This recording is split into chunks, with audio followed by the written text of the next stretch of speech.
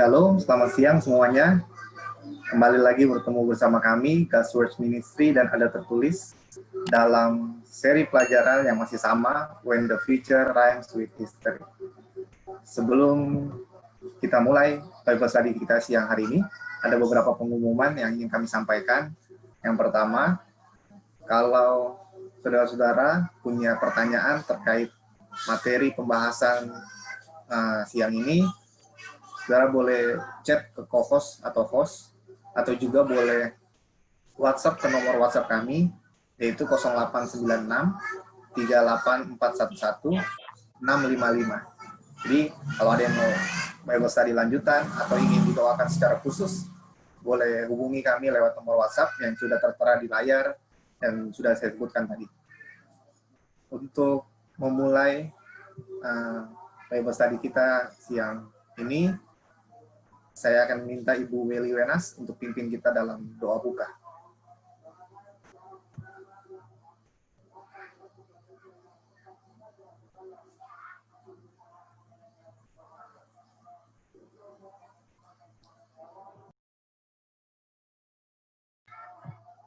Halo Ibu Weli Wenas.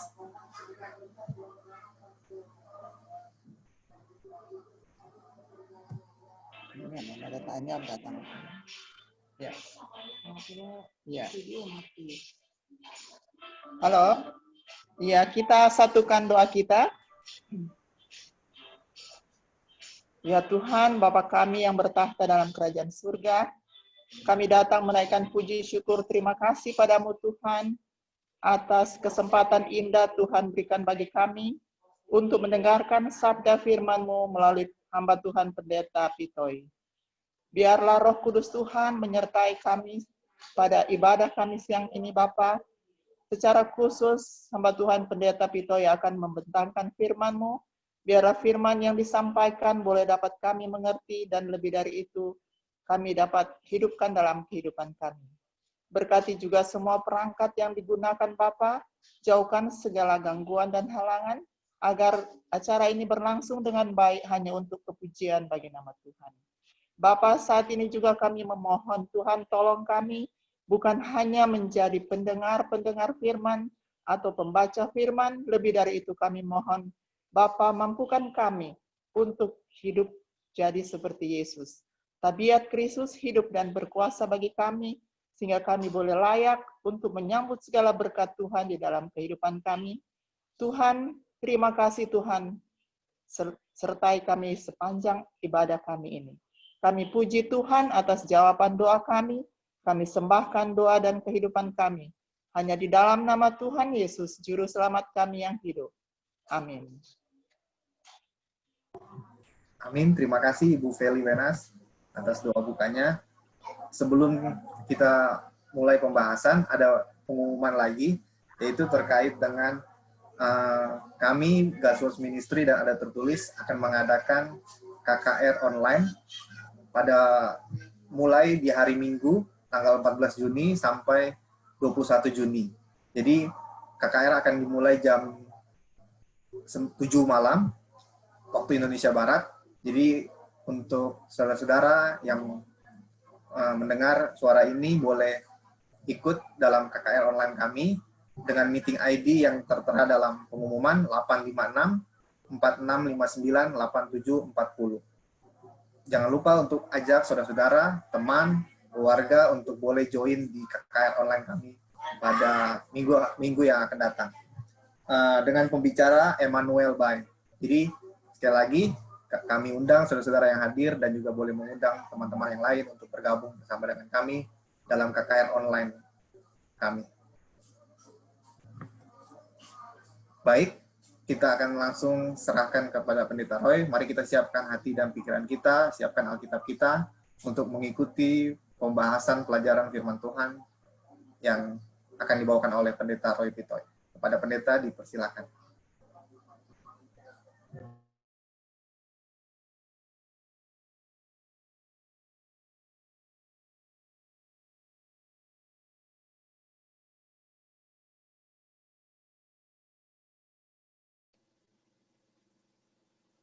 Shalom, selamat siang, selamat bertemu lagi Apakah saudara bisa mendengarkan suara saya? Oke, terima kasih. Saudara-saudara, saya hanya ingin menambahkan sedikit sebelum saya menyampaikan pembahasan pada siang hari ini sehubungan dengan KKR yang akan dilakukan. Adapun tema daripada KKR ini adalah sehubungan dengan akhir zaman, nubuatan dari Daniel dan Wahyu. Ya, saudara-saudara, kalau saudara punya waktu setiap jam 7 malam mulai minggu depan, ya, kita akan menyaksikan satu seri dari nubuatan Daniel dan Wahyu yang sangat penting untuk kita ketahui khususnya di akhir zaman ini, saudara-saudara. Baiklah, mari kita lanjutkan pelajaran kita pada siang hari ini dengan tidak membuang banyak waktu. Kita tunduk kepala sekali lagi. Mari kita berdoa bersama-sama. Ya Tuhan, Engkau berjanji kepada kami, apapun yang kami minta dalam nama Tuhan Yesus, Engkau akan dengarkan. Apapun yang kami minta sesuai dengan kehendak-Mu, Engkau juga akan dengarkan.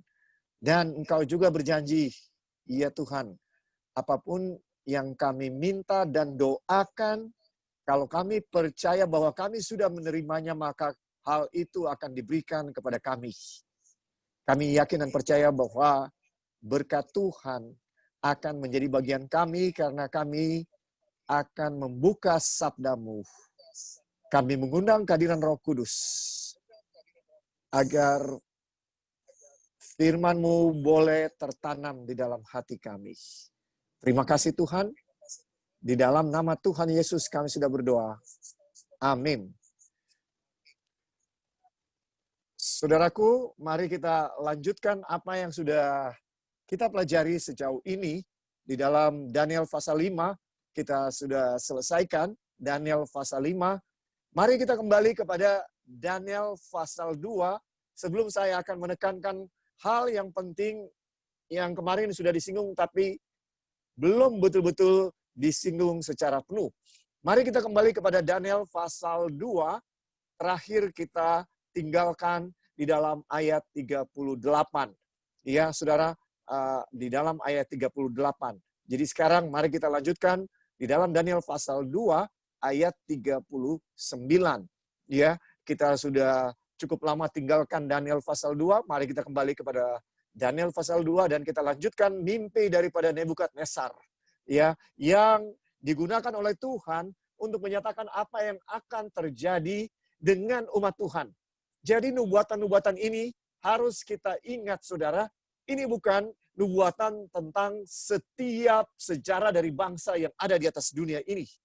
Tetapi bangsa-bangsa yang mempengaruhi umat Tuhan baik secara positif maupun secara negatif. Walaupun pada umumnya ya secara negatif, yaitu umat-umat Tuhan ini dianiaya. Namun di Media dan Persia kita sudah lihat waktu Media dan Persia muncul, ini adalah yang menjadi berkat bagi umat-umat Tuhan karena Media ya dan Persia lah yang melepaskan umat-umat Israel dari Babylon. Tapi pada umumnya kerajaan-kerajaan ini menjadi penganiaya bagi umat-umat Tuhan. Mari kita lanjutkan sekarang di dalam ayat yang ke-39. Di dalam ayat 39, tetapi sesudah Tuanku akan muncul satu kerajaan lain yang kurang besar dari kerajaan Tuanku. Ya, Alkitab mengatakan dengan jelas bahwa Babel yang besar, yang jaya dan dikjaya bisa dibilang, yang luar biasa, dinubuatkan oleh Alkitab akan jatuh oleh satu kerajaan yang kurang besar dari kerajaan Babel, yaitu kerajaan Media dan Persia. Memang pada akhirnya kerajaan Media dan Persia menjadi jauh lebih besar dari Babel. Tapi pada awalnya ketika mereka menaklukkan Babel, mereka sebenarnya jauh lebih kecil daripada kerajaan Babel. Ini membuktikan bahwa Alkitab itu sangat tepat, sangat precise dengan yang namanya nubuatan. Dan Alkitab punya nubuatan tidak pernah salah, saudara. Kemudian satu kerajaan lagi disebutkan yakni yang ketiga dari tembaga yang akan berkuasa atas seluruh bumi. Saudara perhatikan, deskripsi daripada kerajaan pertama sampai kerajaan ketiga hanya satu kalimat. Ya, yang ketiga dikatakan adalah kerajaan yang akan berkuasa atas seluruh bumi. Mari kita lihat, ya, kita sudah tahu kerajaan yang kedua itu adalah Made dan Persia yang menaklukkan kerajaan Babel. Kita sudah pelajari dalam Daniel pasal 5 bahwa Belshazzar, raja yang terakhir daripada Babel, meninggal pada malam, ya, diserangnya Babel oleh kerajaan Media Persia yang masuk melalui sungai Efrat, saudara. Ya, sekarang kerajaan yang ketiga digambarkan sebagai satu kerajaan yang dari tembaga yang akan berkuasa atas seluruh bumi. Sesudah itu, yang mulai ayat 40, saudara perhatikan. Sesudah itu akan ada satu kerajaan yang keempat, yang keras seperti besi. Tepat seperti besi yang meremukan dan menghancurkan segala sesuatu. Dan seperti besi yang menghancur lulukan, maka kerajaan ini akan meremukan dan menghancur lulukan semuanya. Dan seperti Tuanku lihat kaki dan jari-jarinya, sebagian dari tanah liat tukang periuk dan sebagian lagi dari besi, itu berarti bahwa kerajaan itu terbagi.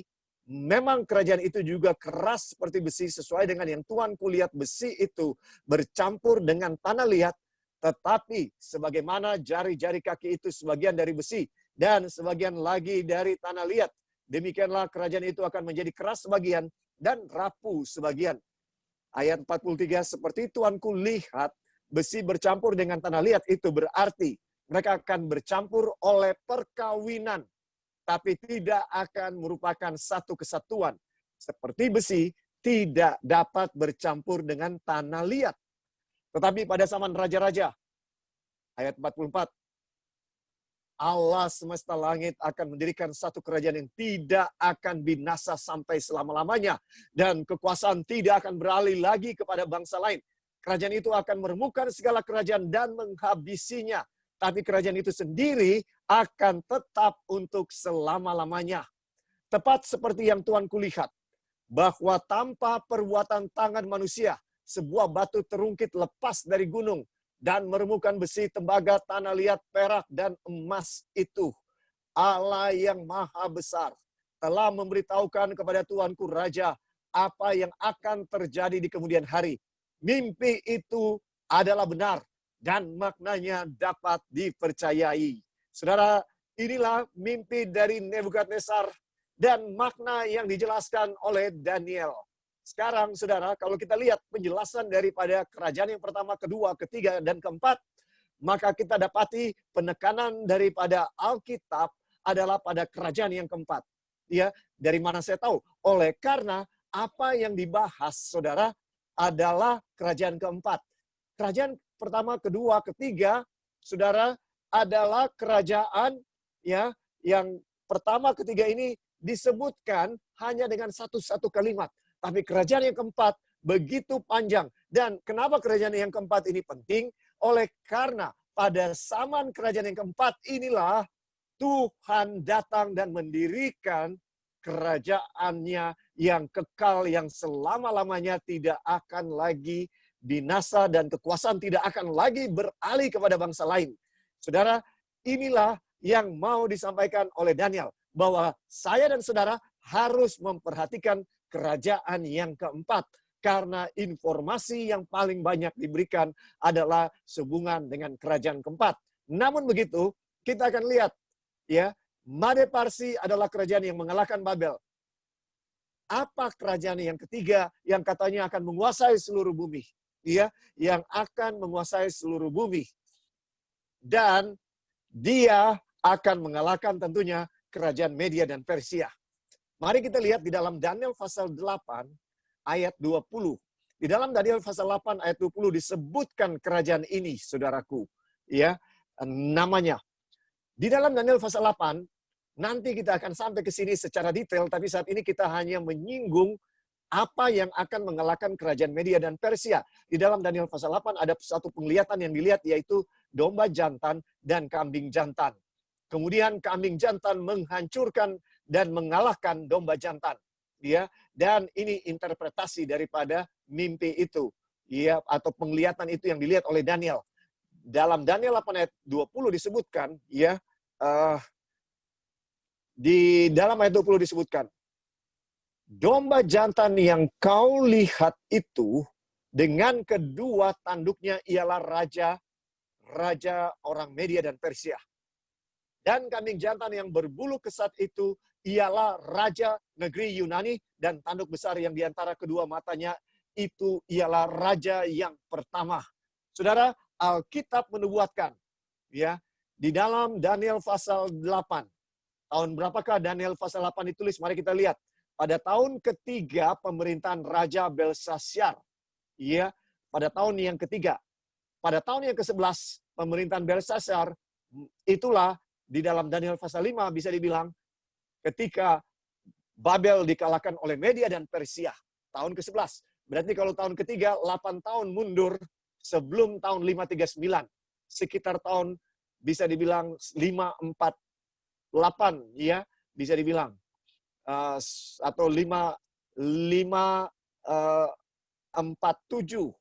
Tahun 547 sebelum Masehi, ketika penglihatan ini diberikan kepada Daniel, mengatakan bahwa yang akan menaklukkan kerajaan Media dan Persia adalah kerajaan Yunani.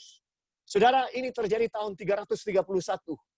Ketika tentara dari Alexander yang Agung, raja yang pertama disebutkan tadi, adalah Alexander yang Agung pada tahun 331 sebelum Masehi. Dia di dalam suatu peperangan berhasil mengalahkan raja terakhir dari Persia, yaitu Darius yang ketiga. Dikalahkan, ya, di dalam satu peperangan yang disebut Gaugamelah atau Arbelah, ya, peperangan yang dimenangkan oleh Alexander yang Agung dengan tentara yang jauh lebih sedikit, mengalahkan tentara dari Darius yang jumlahnya jauh lebih banyak, berkali-kali lipat dari mereka. Tapi dengan bakatnya dan intuisinya, ya, dalam hal peperangan, ya, Alexander yang Agung berhasil mengalahkan lawan yang jauh lebih besar daripada jumlah tentaranya. Ini yang terjadi sesuai dengan nubuatan. Karena Tuhan tahu apa yang akan terjadi. Dan ada seorang penulis sejarah yang mengatakan bahwa seakan-akan lahirnya Alexander yang Agung dan bagaimana dia bersikap dan bertindak dalam kehidupannya, ya, sudah ditentukan. Dengan kata lain, sudah ditakdirkan, saudara. Tapi sekali lagi, Alkitab tidak pernah mengajarkan bahwa ada yang namanya takdir. Tidak ada, saudara. Tuhan itu adil dan maha pengasih dan maha penyayang. Tuhan tidak pernah menakdirkan seseorang untuk binasa. Karena itu akan bertentangan dengan sifat daripada Tuhan. Ya, karena ada orang yang percaya dengan takdir yang mengatakan kalau sudah ditakdirkan untuk masuk neraka, kalaupun kamu berusaha untuk jadi baik, kamu tidak akan jadi baik. Ini suatu ajaran yang bertentangan dengan Alkitab yang merendahkan karakter Tuhan, ya. Dan ini memang ajaran-ajaran yang dimaksudkan untuk membuat manusia punya pandangan yang salah tentang Tuhan. Mengapa? Karena kalau kita memiliki pandangan yang salah terhadap Tuhan, maka kita juga akan menghasilkan perbuatan-perbuatan yang salah, saudara. Jadi kita harus tahu benar apa sih sifat dan karakter dari Tuhan kita sebagaimana yang diajarkan oleh Alkitab ini. Iya. Jangan terima dengan mudah ajaran-ajaran yang merendahkan Tuhan. Jangan. Ini semua adalah ajaran-ajaran yang tidak sesuai dengan ajaran-ajaran Alkitab. Saudara, kita sudah tahu sekarang kerajaan yang ketiga itu yang menguasai bumi adalah Yunani. Dan benar sebagaimana yang Alkitab katakan, dalam 11 tahun sejarah mencatat bahwa Alexander yang Agung berhasil mengalahkan kerajaan yang dia lewati mulai dari Makedonia, mulai dari Eropa bisa dibilang, terus sampai ke timur, bahkan sampai kepada India. Dan ketika dia sudah mencapai India, ya, tidak ada lagi pada saat itu bangsa yang dia boleh taklukkan. Dan dia menjadi sedih. Ya, dia menjadi sedih. Dan kemudian dia akhirnya, saudara, apa yang dilakukan? yang dia lakukan adalah akhirnya dia mabuk-mabukan, dia sedih, dan akhirnya dia mati. Saudara, inilah ya ketika kita betul-betul mencari dunia, apa yang kita cari di atas dunia. Kalaupun saudara memiliki seluruh dunia, apa gunanya kalau tidak bersama dengan Tuhan? Ya, orang-orang yang menguasai dunia seperti Alexander yang agung pun memiliki kekosongan jiwa. Bayangkan ketika dia dalam puncak keberhasilannya menjadi penguasa tunggal di seluruh dunia, menguasai daerah yang sangat luas, tidak pernah ada lagi ya seseorang di atas dunia yang punya kekuasaan ya bisa dibilang sebesar yang dimiliki oleh Alexander yang agung. Ya, dan saudara, sekali lagi kita tidak bicara sejarah dunia, walaupun ini memang bagian dari sejarah dunia, yaitu mengenai Alexander yang agung.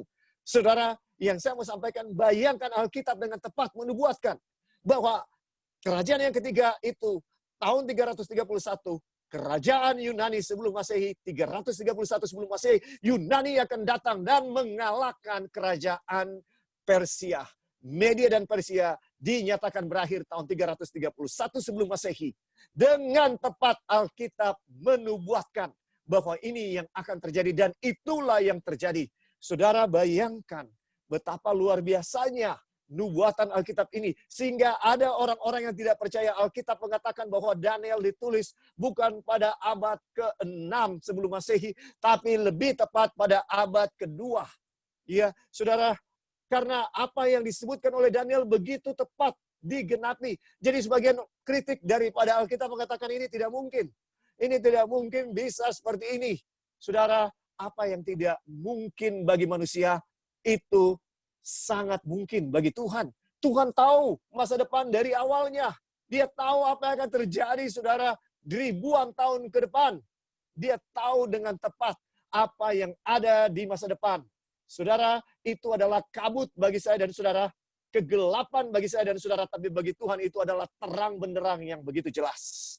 Jadi jangan pernah ragu kepada nubuatan yang ada di dalam Alkitab. Ya, kita lihat bahwa semua ini digenapi dengan tepat. Nah, sekarang apa itu kerajaan yang keempat yang merupakan fokus utama ya daripada Daniel pasal 2? Mari kita lihat. Kerajaan manakah yang mengalahkan kerajaan Yunani dalam sejarah? Ya, kerajaan mana? Tidak lain dan tidak bukan, kalau saudara buka sejarah, saudara akan dapati bahwa kerajaan yang mengalahkan kerajaan Yunani pada tahun 168 sebelum Masehi adalah kerajaan Roma. Roma menjadi pusat dari nubuatan Daniel 2.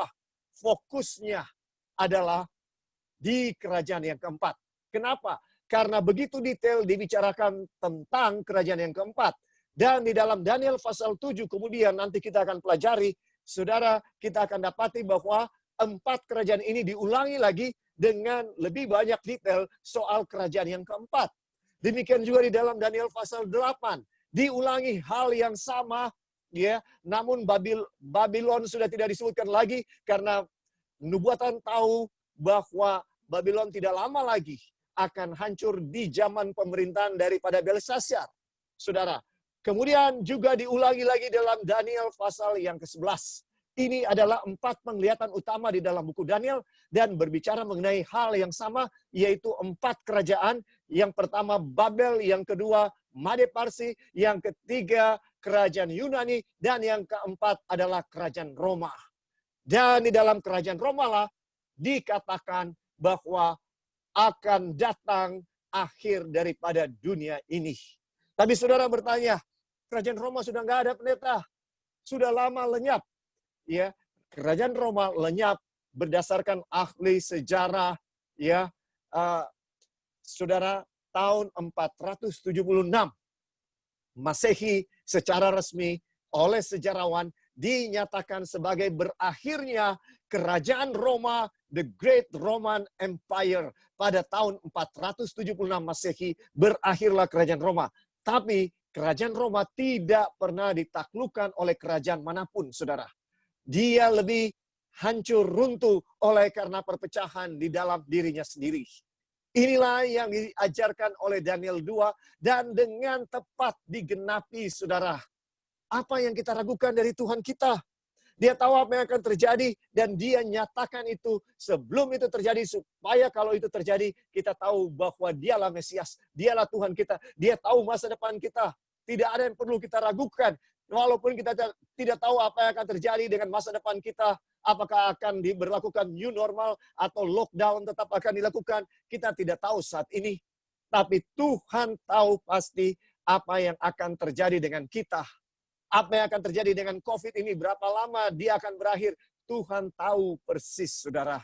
Kenapa kita tidak serahkan dan percayakan hidup kita ke dalam tangan Tuhan? Nah, sekarang, saudara, dengan pengetahuan ini, apa yang Tuhan mau sampaikan kepada kita? Ya, dengan memberikan patung, penglihatan tentang patung, ya, kepada Nebukadnezar, dan itu berbicara mengenai masa depan. Apa yang Tuhan mau sampaikan kepada kita? Bahwa satu, Tuhan berbicara kepada manusia lewat bahasa manusia. Tuhan tahu bagaimana harus berbicara kepada Raja Nebukadnezar, seorang penyembah patung, penyembah berhala. Mereka mempunyai begitu banyak patung. Ya, bisa dibilang bahwa Babel itu penuh dengan patung-patung. Baik di pintu gerbang masuknya, begitu banyak patung, dan sepanjang kota Babel itu dipenuhi dengan patung, dan di tengah-tengahnya ada, bisa dibilang, ya, bait suci dari Marduk. Ya, bait suci dari Marduk ada di tengah-tengah dari Babel, dan itu menjadi tempat yang sangat sakral, yang sangat kudus bagi orang-orang Babel untuk datang berbakti. Marduk adalah dewa yang paling diutamakan nomor satu di kerajaan Babel, saudaraku. Nah, sekarang dengan mengetahui keempat kerajaan ini, ya, saudara, apa yang Tuhan ingin sampaikan kepada kita? Ya, bahwa Tuhan tahu apa yang akan terjadi dengan umat Tuhan. Dia tahu bahwa akan datang kerajaan Babel yang akan menawan umatnya. Kemudian sesudah 70 tahun akan dilepaskan. Dan kerajaan Media Persia akan mengalahkan dan menghukum Babel yang sudah menawan umat-umat Tuhan dan menghancurkan Yerusalem dan bait suci. Tuhan menghukum dan membalas kepada Babel apa yang mereka lakukan kepada umat Tuhan. Tuhan membela umat-umat Tuhan. Kalau saya dan saudara tertindas, saya dan saudara jangan pernah membalas. Itu urusan Tuhan. Karena Alkitab bilang, pembalasan adalah milikku. Itu kata Tuhan.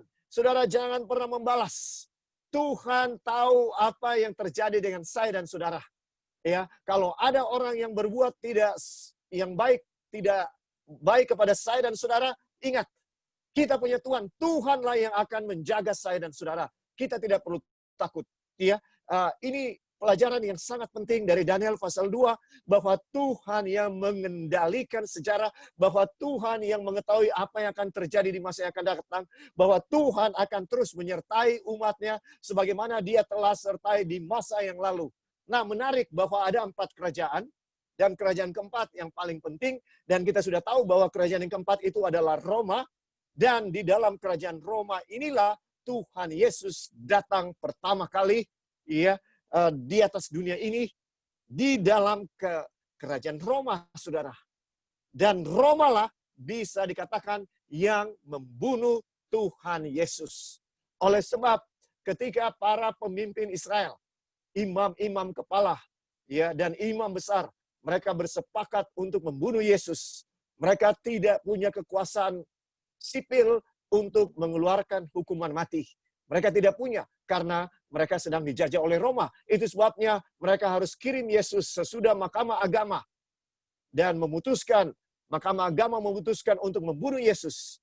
Mereka harus pergi ke Pilatus karena dialah gubernur yang mewakili Roma, berkuasa di Yerusalem saat itu. Mereka tidak bisa menghukum Yesus sebelum mereka bawa kepada Pilatus. Dan sesudah Pilatus memeriksa Tuhan Yesus, kita tahu ceritanya. Maka dia tidak mendapatkan satupun kesalahan daripada Yesus. Dia merekomendasikan Yesus untuk dilepas. Tetapi kita tahu ceritanya, saudara-saudara, bahwa yang terjadi adalah umat-umat Tuhan itu meminta supaya Tuhan mereka, Mesias yang dikirim kepada mereka untuk menyelamatkan mereka, untuk dibunuh. Dan Barabas dibebaskan. Bayangkan, Yesus yang tiap hari berbuat baik, tidak pernah berbuat sesuatu yang jahat, tidak pernah melakukan yang menyakiti satu orang pun, dan selalu menyembuhkan orang sakit, berkhotbah, mengajarkan hal-hal yang baik, tidak ada yang jahat, diperlakukan lebih buruk dari penjahat yang nomor satu, yang terburuk sekalipun. Saudara, ini suatu pelajaran yang mahal, yang harusnya kita mengerti. Nah, sekarang, ya saudaraku, disebutkan bahwa kerajaan yang keempat itu, itulah kaki. Bisa dibilang yang kakinya besi. Dan dia punya telapak kaki yang adalah besi campur tanah liat. Dengan kata lain, kerajaan yang keempat ini, dia punya dua fase. Yang satu fase bisa dibilang fase murni, ya, Roma kafir. Kemudian, ya, fase yang kedua, ketika besi bercampur dengan tanah liat di telapak kaki, maka kita bisa sebutkan itu adalah fase di mana Roma dinubuatkan oleh Daniel 2 akan menjadi Kristen. Loh, kok bisa pendeta bahwa Daniel 2 menubuatkan bahwa Roma pada akhirnya akan menjadi Kristen? Mari kita lihat ya, apa artinya tanah liat. Kalau besi kita sudah lihat, besi melambangkan ya kerajaan yang keempat dilambangkan seperti besi. Mengapa? Itu melambangkan bagaimana Roma punya kekuatan militer, punya kekuatan politik yang luar biasa. Tentaranya sangat kuat. Di kemanapun dia pergi, dia seperti menginjak-injak semua musuhnya. Tidak ada yang dapat bertahan melawan militer daripada Roma, saudara. Dan memang Roma tidak pernah ditaklukkan. Dia pecah, dia jatuh oleh karena terpecah-pecah di antara dirinya sendiri. Tidak pernah Roma dikalahkan. Jadi sangat tepat kalau dikatakan Roma itu seperti besi yang kuat tentara militernya. Besi ya melambangkan, bisa dibilang adalah lambang daripada kekuatan politik dari Roma. Nah, sekarang apa yang dilambangkan oleh tanah liat? Mari kita lihat di dalam Daniel 2 ayat 41 ada yang menarik yang saya mau saudara perhatikan. Di dalam Daniel 2 ayat 41. Di sini disebutkan dengan jelas. Dan seperti Tuanku lihat kaki dan jari-jarinya. Ya, perhatikan. Kaki dan jari-jarinya. Saya mau tanya saudara-saudara. Ya, apakah kaki dan jari-jarinya harus disebutkan? Ya, atau cukup dengan disebutkan kaki saja, maka di dalam pikiran kita sudah termasuk jari-jari.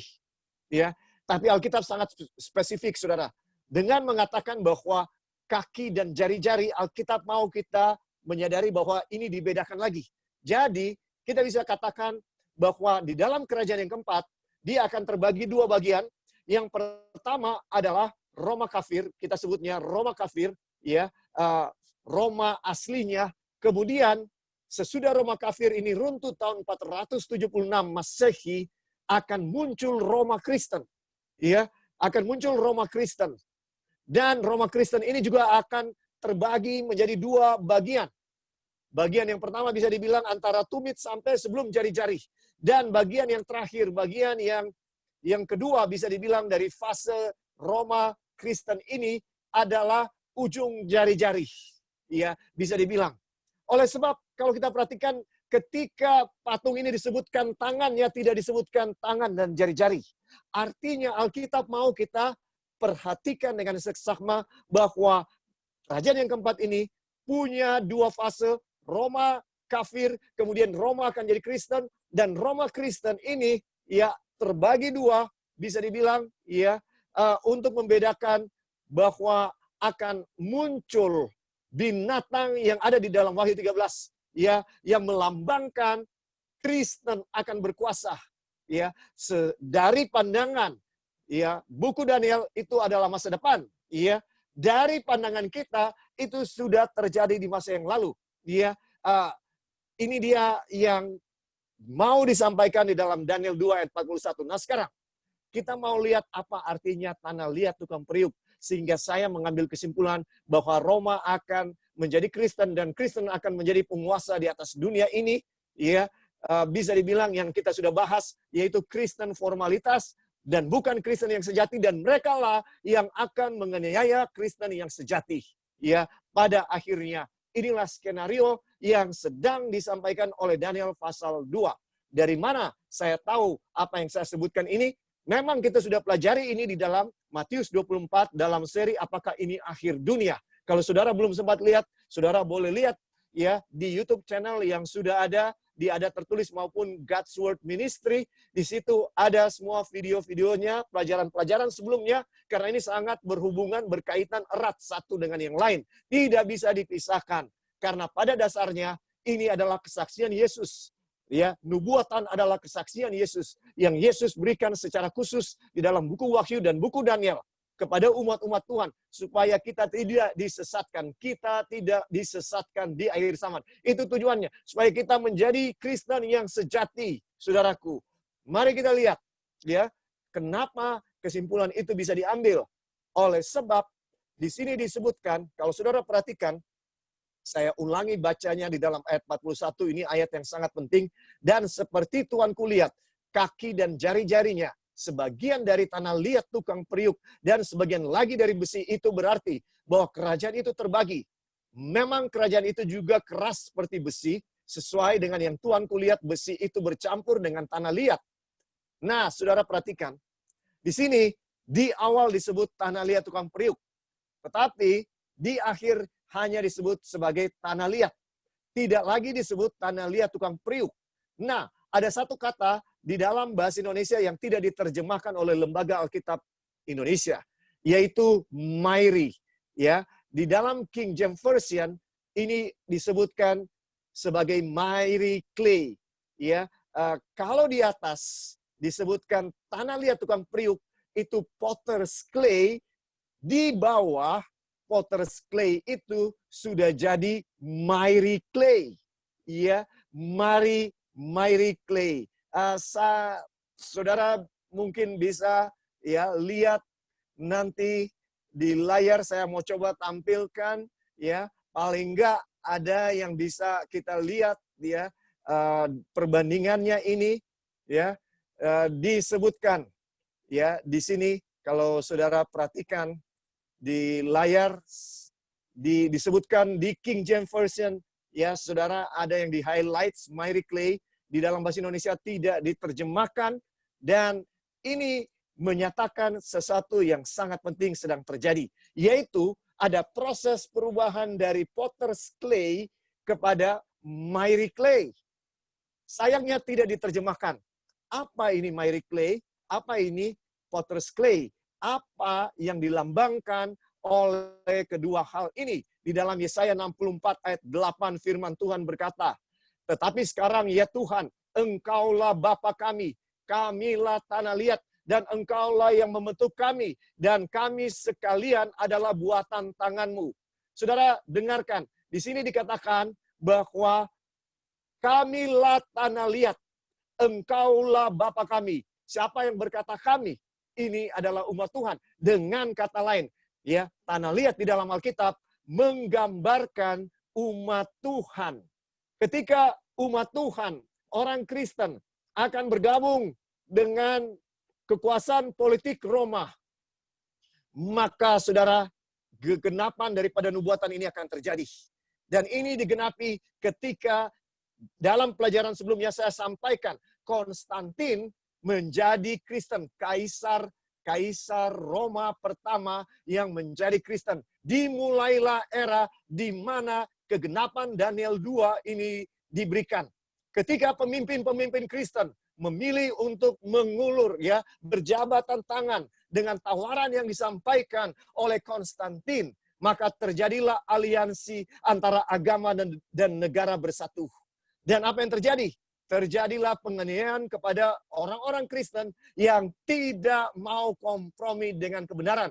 Karena Konstantin pada dasarnya memberikan win-win solution ya, kepada agama daripada Roma yang pada dasarnya mengambil agama dari Yunani. Dan Yunani pada dasarnya hanya mengambil agama dari Babylon, yaitu penyembahan kepada banyak berhala, Dan dari semua berhalanya nomor satu adalah dewa matahari, ya. Dewa Marduk itu adalah dewa matahari, saudara. Dan ini menjadi agama utama daripada kerajaan Roma kafir, bisa dibilang. Dan terjadilah kompromi.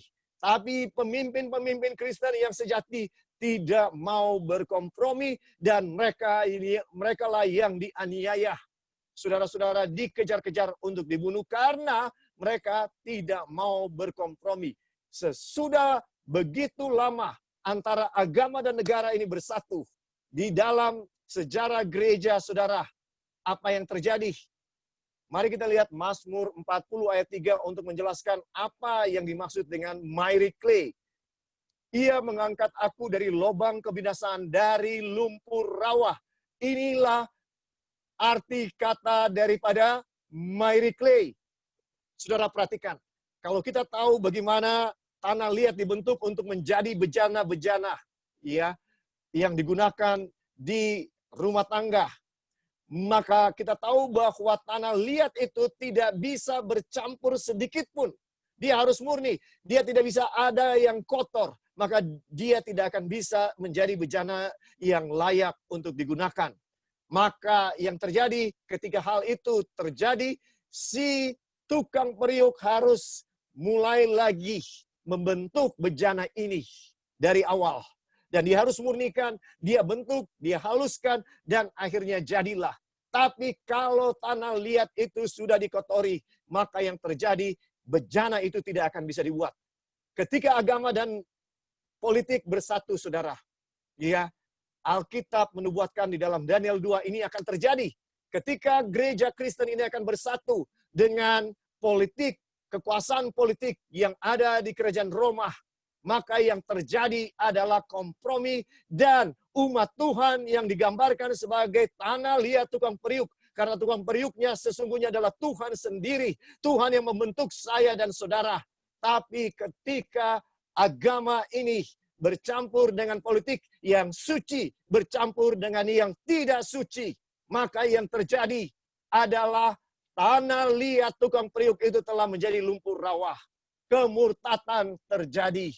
Perlahan-lahan dia masuk ke dalam gereja. Saudara, inilah yang terjadi. Inilah yang terjadi, dan Pengkhotbah 1 ayat 9 mengatakan, apa yang pernah dibuat akan ada lagi, dan apa yang pernah dibuat akan dibuat lagi. Tak ada sesuatu yang baru di bawah matahari. Saudara, ya, when the future rhymes with history. Inilah yang sedang terjadi saat ini. Ya, kalau kita mau lihat apa yang akan terjadi di masa yang akan datang, mari kita lihat apa yang sudah terjadi di masa yang lalu. Ketika Yesus disalib, saudaraku, ya, umat-umat Tuhan yang sejati, Kristen yang sejati itu hanya sedikit, mereka adalah minoritas. Sementara umat Tuhan bangsa Israel itulah yang mayoritas. Dan yang mayoritas ini, umat Tuhan, gereja perjanjian lama bisa dibilang, ya, mereka telah begitu jatuh ke dalam peribadatan cuma secara lahiriah, secara formalitas. Mereka memiliki kebenaran, tapi tidak betul-betul menghidupkan kebenaran itu. Dan ketika Yesus datang mengajar kepada umat-umat yang haus mendengarkan ajaran dari Yesus yang sangat berbeda dengan para pendeta, para gembala yang ada pada zaman Yesus, yang terjadi mereka iri oleh karena orang lebih suka mendengar apa yang diajarkan oleh Tuhan Yesus dibandingkan dari para pemimpin agama, imam-imam kepala ini, ahli-ahli Taurat. Maka yang terjadi, mereka iri kepada Yesus dan mereka menganiaya Yesus, mereka membunuh Yesus. Agama dan negara bersatu untuk membunuh Tuhan Yesus. Saudara, sejarah ini akan berulang di akhir zaman. Akan ada suatu umat yang tidak akan kompromi dengan kebenaran Alkitab. Dan mereka akan dibenci, mereka akan dianiaya oleh orang Kristen yang tidak sungguh-sungguh mengikuti ajaran Alkitab. Saudara, di dalam gereja, ya, kita ini hanya ada dua pilihan. Menjadi penganiaya atau yang dianiaya. Saudara mau pilih yang mana? menjadi penganiaya atau yang dianiaya. Tapi saya mau berdoa supaya setiap kita lebih memilih untuk menjadi orang yang dianiaya, bukan menjadi penganiaya.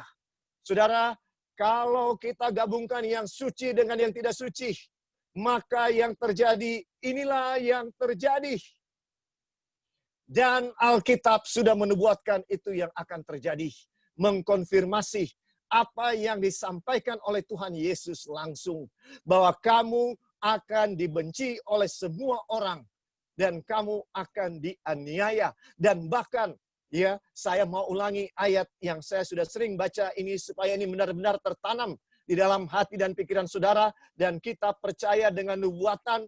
Jangan percaya dengan apa yang saudara lihat sekarang sedang terjadi.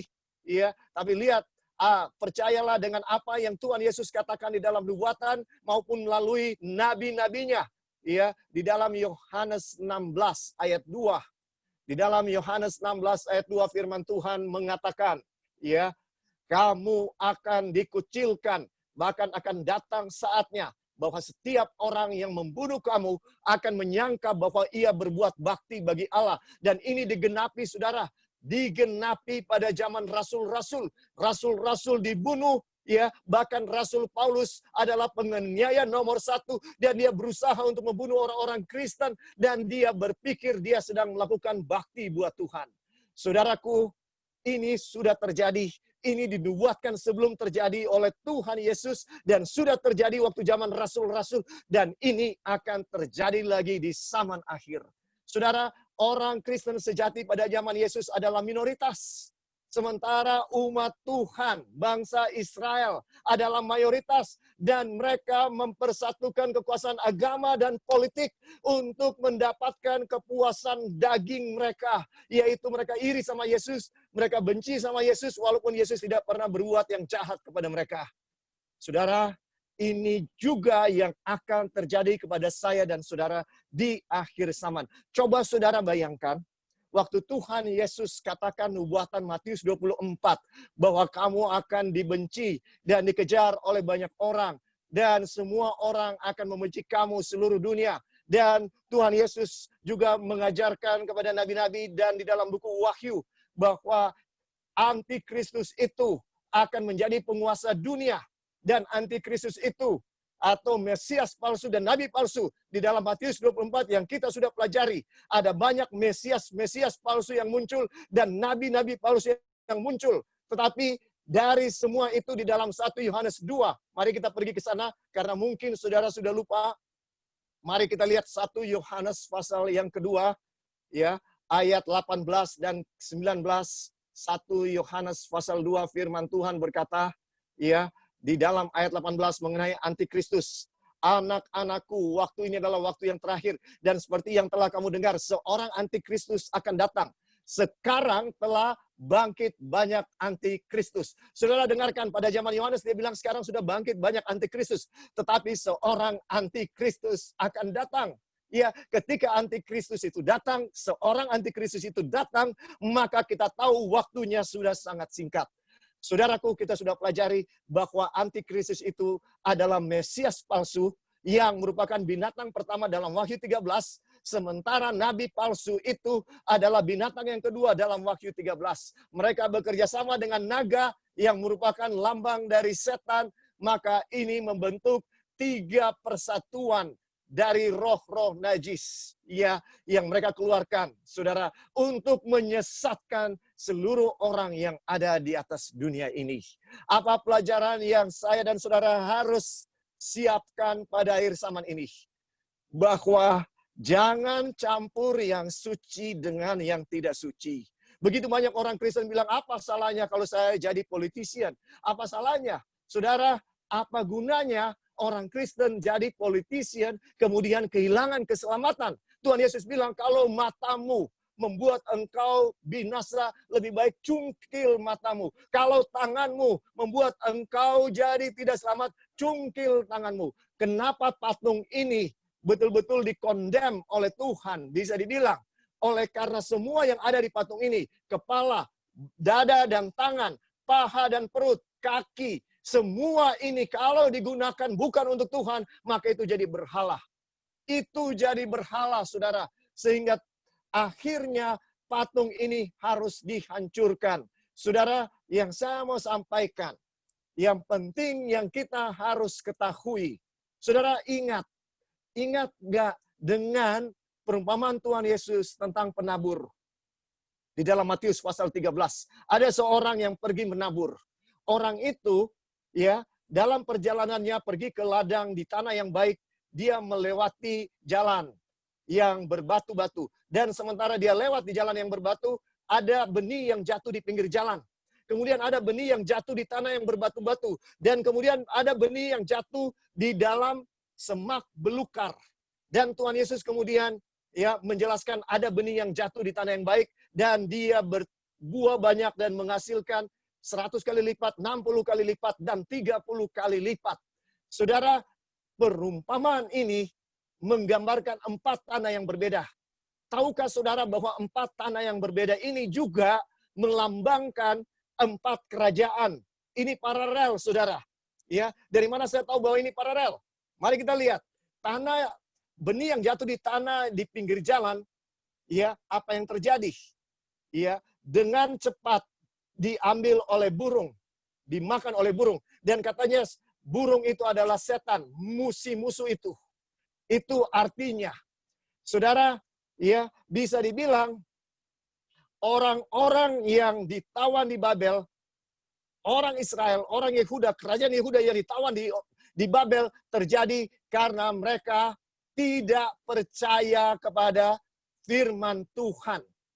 Dan membuat ya setanlah yang membuat mereka tidak percaya kepada firman Tuhan. Walaupun mereka telah menyaksikan begitu luar biasanya pimpinan Tuhan, mujizat-mujizat Tuhan yang dia lakukan untuk umatnya sepanjang perjanjian lama, bisa dikatakan. Tapi tetap umat-umat Tuhan ini memilih untuk tidak percaya kepada Tuhan. Sehingga mereka adalah benih yang dijatuh di pinggir jalan.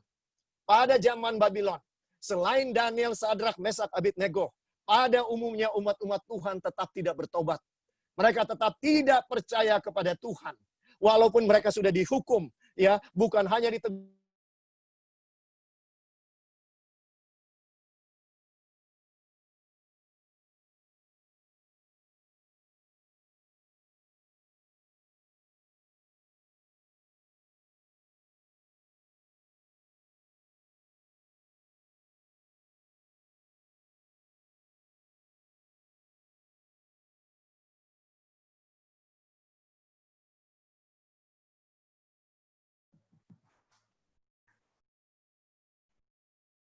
Baik, mungkin terdapat gangguan di pendeta buat teman-teman.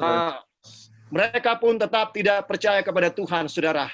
Ya, ada gangguan ya di saya punya channel ini, saya punya internet, saudara. Tapi saudara masih bisa dengar, ya. Saudara masih bisa dengar suara saya atau sama sekali tidak? Bisa, Pastor. Tidak bisa? Bisa. Oke, kalau bisa nggak apa-apa.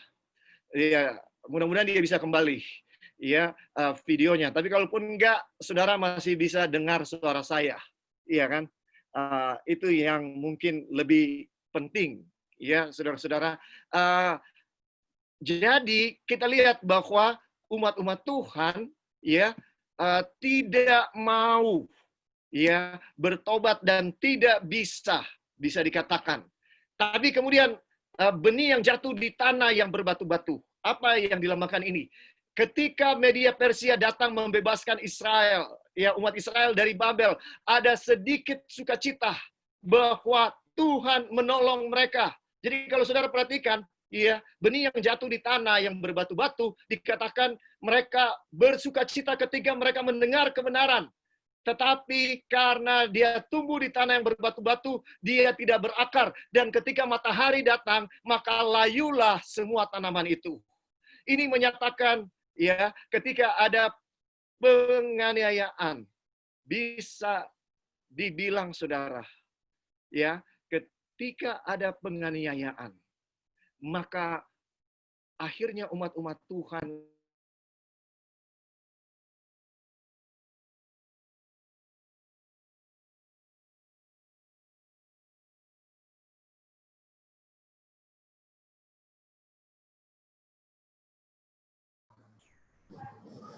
Sekali lagi mohon doanya untuk saudara, untuk koneksi dari Pendeta Roy. Kita sambil berdoa dalam hati kita masing-masing. Semoga Pastor Roy boleh kembali menyelesaikan materi pada siang hari ini.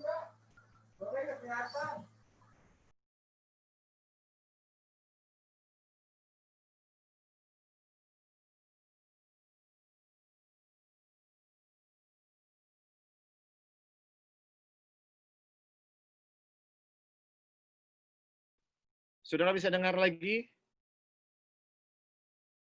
Maaf ini signal hilang-hilang memang. Bisa, Saudara, Pastor. ya. Mari kita berdoa supaya signal ini tidak akan menjadi gangguan, ya.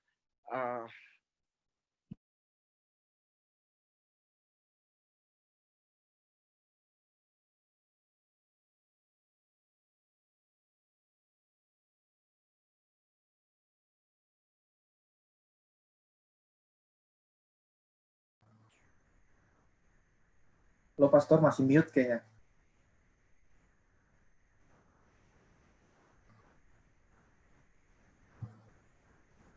Oke, saudara bisa dengar sekarang? Bisa. Oke, jadi bisa dibilang saudara-saudara, pada zaman Made Parsi ada sedikit sukacita karena akhirnya nubuatan itu bisa digenapi. Bahwa 70 tahun mereka akan di Babel dan sesudah itu mereka bisa pulang ke Yerusalem. Namun tidak semua orang mau pulang karena sudah nyaman di Babel. Dan begitu banyak tantangan yang ada, ya, matahari yang muncul menggambarkan ada banyak penganiayaan. Mereka menghadapi banyak tantangan untuk menyelesaikan pekerjaan Tuhan. Ya, kemudian datang zaman Yunani. Di zaman Yunani, saudara, umat-umat Tuhan mengalami yang namanya Helenisasi, Helenisme, yaitu keduniawian dari setiap budaya dimanapun ya Yunani taklukkan daerah yang baru, mereka bawa dan mereka gabungkan semua budaya, membuat mereka lebih kuat. Tetapi yang terjadi kepada umat Tuhan adalah bahwa oleh karena ya istilahnya bisa dibilang desakan daripada semak duri, sehingga firman Tuhan pada zaman Yunani, umat-umat Tuhan tidak bisa bersinar. 400 tahun lamanya, saudara, bisa dibilang masa antara perjanjian lama dengan perjanjian baru. Umat Tuhan kita tidak tahu apa ada cerita. Iya, nabi yang terakhir Maleakhi sesudah itu zaman Yunani dari tahun 321 sampai 168 sebelum Masehi menggambarkan bahwa tidak ada yang kita tahu. Oleh sebab umat-umat Tuhan betul-betul menjadi dunia sama seperti Yunani. Tetapi kemudian, saudara, pada zaman Roma yang keempat, benih itu jatuh di tanah yang subur. Siapa benih itu? Dialah Tuhan Yesus.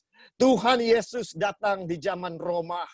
Dan Tuhan Yesus berhasil membangun ya buah yang banyak, memulai kerajaannya, ya, mulai kerajaan daripada kasih karunia ketika dia datang dan mati di kayu salib. Dan waktu dia mati di kayu salib, saudara, dia menghasilkan benih yang banyak. Pada kerajaan yang keempat, Yesus datang, mati, dan bangkit. Dan sejak itu, Kristen dimulai dengan 120 orang waktu Yesus naik ke surga. Tapi Tuhan menubuatkan bahwa Kristen akan jadi penguasa di atas dunia. Hampir 2000 tahun lewat. Apakah ini tidak digenapi saat ini, saudara? Sayangnya ini Kristen yang tidak sejati. Kristen yang sudah sama seperti agama dari umat-umat Tuhan pada zaman Yesus datang saat yang pertama. Saudara, saya adalah seorang Kristen. Saya sedang menyampaikan sesuatu untuk mengkritik diri saya sendiri. Sayalah orang Kristen yang tidak sejati itu. Sayalah yang tidak percaya kepada firman Tuhan. Sering sayalah yang melanggar firman Tuhan itu. Sering sayalah yang meninggikan diri. Sayalah yang mencampur yang suci dengan tidak suci. Sayalah yang merasa aman, merasa diri kaya dan telah memperkayakan diri dan tidak kekurangan apa-apa. Dan sayalah yang punya banyak berhala, saudara. Itu sebabnya kita tidak berbuah. Kita punya banyak berhala dalam kehidupan kita. Sebagian orang berhalanya adalah para pengkhotbah. Dia hanya mau berbakti kepada Tuhan kalau pengkhotbahnya yang dia sukai yang berkhotbah. Saudara, ketika saya dan saudara datang berbakti kepada Tuhan, kita bukan berbakti kepada pengkhotbah. Kita berbakti kepada Tuhan. Selama yang dia sampaikan itu adalah firman Tuhan, mengapa kita tidak bisa nikmati? Mengapa kita tidak bisa bersukacita dan bergembira? Kenapa kalau pengkhotbah itu sesuai dengan kehendak kita, baru kita bersemangat berbakti? Sebagian orang menjadikan ilah mereka adalah musik. Sebagian orang menjadikan ilah mereka adalah pelayanan. Bahkan pelayanan bisa jadi ilah, saudara. Dan bukan Tuhan Yesus yang menjadi Allah kita. Kalau pelayanan kita yang kita utamakan. Bukankah itu kata-kata dalam Matius 7 ayat 22. Tuhan, Tuhan, bukankah kami bernubuat demi namamu? Bukankah kami mengusir setan demi namamu? Bukankah kami mengadakan banyak mujizat demi namamu juga? Saudara, ketika pelayanan lebih daripada Yesus Kristus. Ketika saudara sibuk bekerja bagi Tuhan, tapi saudara tidak punya waktu dengan Tuhan, maka saudara sedang melupakan Tuhan daripada pekerjaan Tuhan. Saudara, dan menjadikan pelayanan sebagai ilah. Hati-hati, ini adalah penyesatan setan yang luar biasa. Saya mau sampaikan saudara pada saat ini, jangan izinkan saya dan saudara ya membangun agama Babylon di dalam kehidupan kita. Kita sudah lihat bahwa kerajaan-kerajaan ini akhirnya hancur. Mengapa? Kalau saudara baca di dalam Alkitab, saudara akan dapati bahwa orang yang dilempari dengan batu adalah orang yang melanggar semua hukum Tuhan. Orang yang menghujat Tuhan, orang yang menghujat orang tua, orang yang melanggar hari Sabat. Semua itu dihukum dengan dilempari dengan batu di dalam Alkitab. Saudara, patung itu akhirnya dilempari dengan batu. Menggambarkan dosa-dosa yang saya dan saudara buat. Ya, kalau kita perhatikan patung ini, kepalanya dari emas. Apa yang dilambangkan oleh emas di dalam Alkitab? Iman. Iman yang dilambangkan dengan emas. Apa yang digambarkan dengan perak? Di dalam Alkitab, perak melambangkan firman Tuhan. Saudara, kita lihat dari segi kekuatan, ya, logam-logam ini dari kepala kepada kaki semakin kuat. Karena perak lebih kuat dari emas. Tembaga lebih kuat dari perak. Besi lebih kuat dari tembaga. Ya, saudara lihat, dari segi kekuatan, dia semakin kuat. Tapi dari segi nilai, dia semakin berkurang. Oleh karena emas yang paling mulia dari semua, yang paling mahal dari perak. Perak lebih mahal dari tembaga. Tembaga lebih mahal dari besi. Apa yang mau disampaikan oleh firman Tuhan melalui patung ini? Yang mau disampaikan adalah bahwa secara moral, secara iman kita sedang mengalami kemerosotan.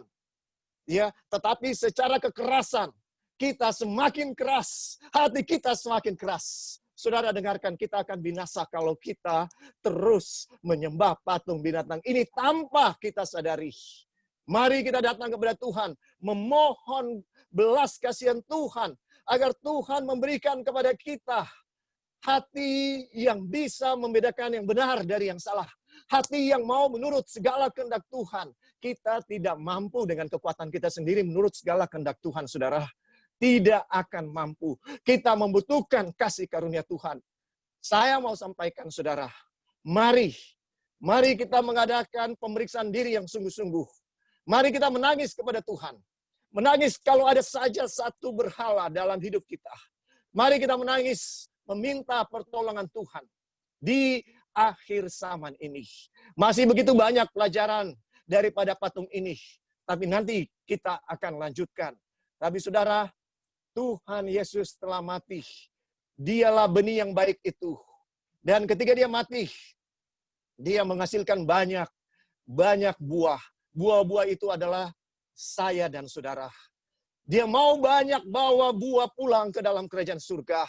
Dia katakan, aku pergi ke situ untuk menyediakan tempat bagimu. Dan apabila aku telah pergi ke situ dan telah menyediakan tempat bagimu, aku akan datang kembali dan membawa kamu ke tempatku. Supaya di tempat di mana aku berada, kamu pun berada. Janganlah gelisah hatimu. Percayalah kepada Allah dan percayalah kepadaku. Saudara, ini adalah panggilan Tuhan kepada saya dan saudara. Kembali pada siang ini.